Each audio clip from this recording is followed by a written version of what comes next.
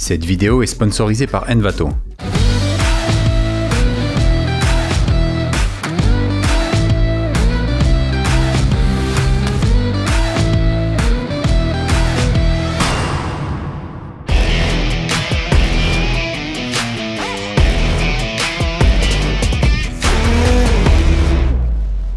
Bonjour à tous, ici Kevin Mandibour pour la chaîne Tuto Premiere. Ravi de vous retrouver comme chaque semaine sur la chaîne. Aujourd'hui, on va voir ensemble les modes de fusion sur Adobe Premiere Pro qui vous permettront d'améliorer vos vidéos. Vous trouverez dans la description un lien pour télécharger les ressources que j'ai utilisées pour réaliser ce tutoriel. Pour pouvoir suivre ce tutoriel sans difficulté, je vous recommande d'avoir un niveau intermédiaire. Si vous êtes un passionné du domaine de la vidéo, que ce soit la réalisation vidéo, le montage vidéo, les effets spéciaux, je vous encourage vivement à vous abonner à la chaîne ainsi qu'à activer la cloche pour être tenu informé des prochaines vidéos qui sortiront régulièrement sur la chaîne. Afin de pouvoir vous produire ce tutoriel, j'ai dû utiliser de nombreux stock shots. Pour les trouver, je suis allé sur Envato Elements, un site qui vous permettra de télécharger en illimité tous les éléments dont vous aurez besoin pour vos montages vidéo. Moyennant un abonnement mensuel, vous aurez accès à des millions de templates ou transitions Premiere Pro, After Effects, Final Cut ou encore DaVinci, des stock shots photos et vidéos, des effets, des objets 3D, des musiques et bruitages ainsi que des packs de lutte. Vous gagnerez ainsi en rapidité de travail et ne passerez plus des heures à chercher le moindre élément sur internet. En plus des éléments disponibles, des milliers sont ajoutés chaque semaine pour grossir la bibliothèque. Je vous invite à visionner la vidéo que j'ai réalisée à ce sujet via la fiche qui apparaît sur la droite ou à cliquer directement sur le lien du site dans la description. Le premier mode de fusion que nous allons étudier s'appelle écran. Le mode écran vous permettra d'ajouter ce qu'on appelle des overlays sur vos éléments vidéo. On va par exemple prendre ce plan drone tourné en montagne et ajouter un overlay particulier. Pour faire ça, je me rends sur Envato Elements.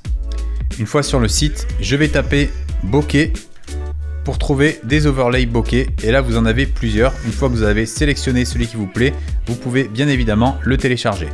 Après avoir importé votre bokeh sur Premiere Pro, vous vous retrouvez avec un élément comme ceci. Vous voyez, ce sont des petits bokehs sur fond noir. Donc là en mode écran, ça va très bien passer. Vous sélectionnez une petite partie, vous l'ajoutez à votre vidéo et vous voyez que là pour l'instant ça fait rien du tout. Vous allez venir cliquer sur l'élément, aller dans les options d'effets et à cet endroit là, dans mode de fusion d'opacité, vous sélectionnez le mode écran. Comme vous pouvez voir, maintenant l'effet est complètement incrusté sur le Rush Drone. Si vous le désirez, vous pouvez éventuellement en ajouter un peu plus loin dans la vidéo.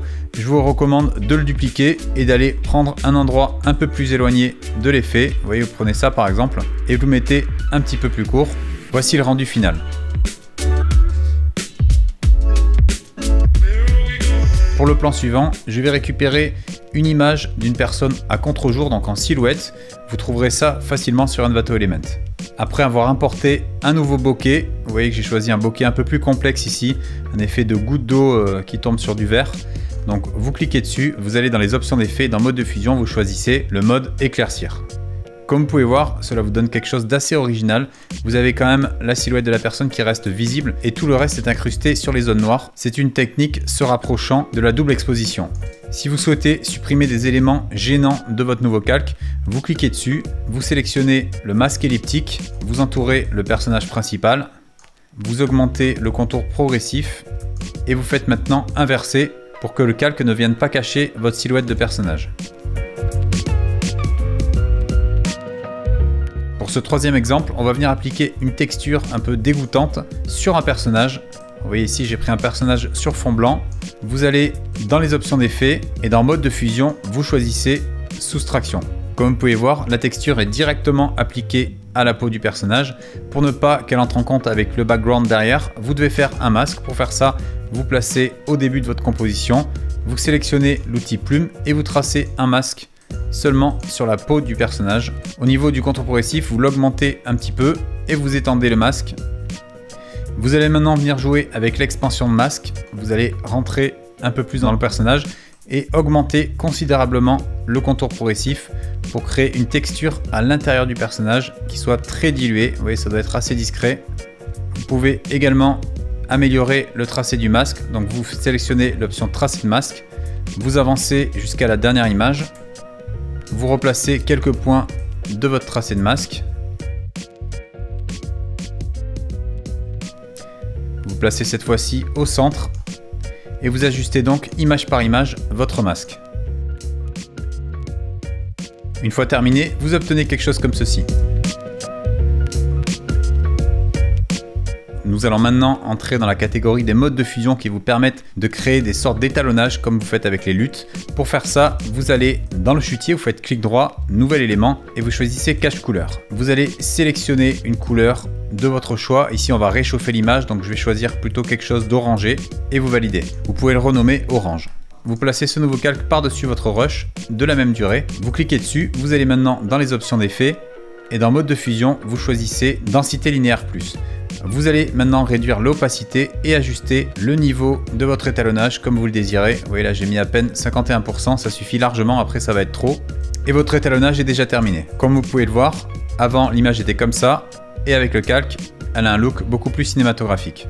Vous pouvez également choisir le mode de fusion produit qui vous donnera un étalonnage réchauffé là aussi. Et vous voyez la différence avant-après, ça vous réchauffe un petit peu le ciel, ça vous donne une image un peu plus dans les tons sépia. Pour terminer, vous pouvez également utiliser un calque bleu que vous passez en mode de fusion éclaircir et vous réglez sur 15%.